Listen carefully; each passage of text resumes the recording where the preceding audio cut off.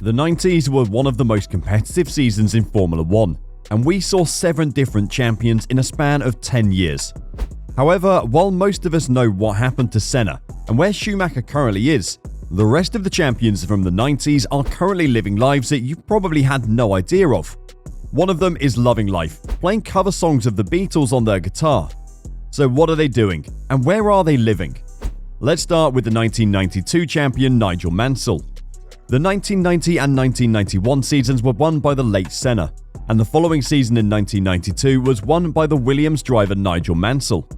It was one of the most dominating seasons by Mansell, winning it with 5 races to spare in the championship. This was a season where Williams was using the Renault engine, and it proved to be a deadly challenge for the rest of the grid. Nigel Mansell won his first and last championship in Formula 1 this season, and in his career he managed to rack up 192 entries, 31 wins and 59 podiums. But what is Mansell currently doing? You wouldn't really be surprised to find out that Mansell is currently living a very quiet and sedentary life, playing golf and collecting Sunseekers, which is the go-to brand for yachts for celebrities around the world. Sunseekers has produced yachts for a variety of F1 legends like Lewis Hamilton and Eddie Jordan. Mansell is often seen at Sunseeker-sponsored golfing events, and along with golf, this seems to be Mansell's biggest passion. Mansell once held his own tournament, which saw men's professional golf play on the European Seniors Tour from 2003 to 2005. This tournament was known as the Nigel Mansell Sunseeker International Classic, staged at the prestigious Woodbury Park Golf Club in Woodbury, Devon. Mansell owns his own Sunseeker, the luxurious Red 5. This yacht includes a large beach club area, a built-in barbecue, and a ladder gangway to allow guests access to the water sports. According to reports, this is where Mansell is spending most of his free time. Apart from golfing and his love of yachts, little is known about Mansell's private life. At one point, he was the highest paid British athlete, more precisely in his championship-winning season of 1992. At this point, he was earning a whopping 4.6 million euros per season, and as of now, his net worth is estimated at $90 million. On top of that, Mansell remains the only one to have won both the F1 Championship and the IndyCar 500. Let's move on with the 1993 champion Alain Prost. This was his 4th and final championship, and he earned it with Williams Renault. This is bizarre, seeing as Prost replaced the reigning champion Nigel Mansell and went on to win the championship in that same car. Prost retired from the sport right after he won his 4th and final championship and decided that enough is enough. Ever since then, Prost has been actively involved in F1 and in other sports, as he participated in the French Liga team from 1997 to 2002 until the team went bankrupt. From 2003 to 2012, Prost competed in the Andros Trophy, taking 38 race victories and winning the championship 3 times. But Prost's massive impact in F1 was also felt in Renault, as he was signed as the non-executive director from 2019. Prior to this, Prost had a relationship with Renault back to the 1980s, and from 2019 on, Prost was signed as a non-executive director. The relationship between Alpine and Prost reached a boiling point, or more precisely, a point of no return, and both sides have now broken up the deal. Prost was committed to Alpine and bringing the team back on the right track, but with the new ownership, it seemed like Prost's place in Renault was something they didn't really appreciate or want.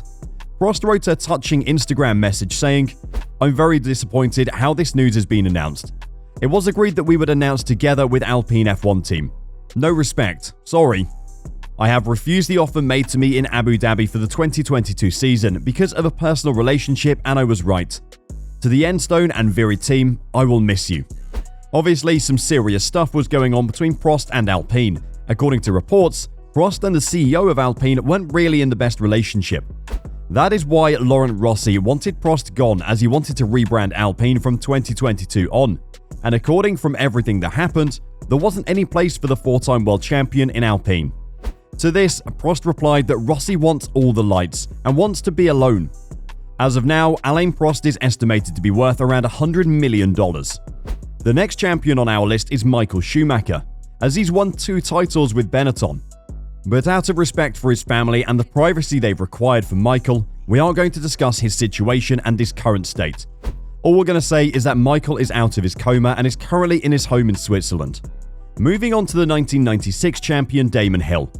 It was a season that was won yet again by a Williams driver after 2 years back in the sport, and this time, Damon Hill took the title ahead of his teammate Jacques Villeneuve, who would take it later on in his career.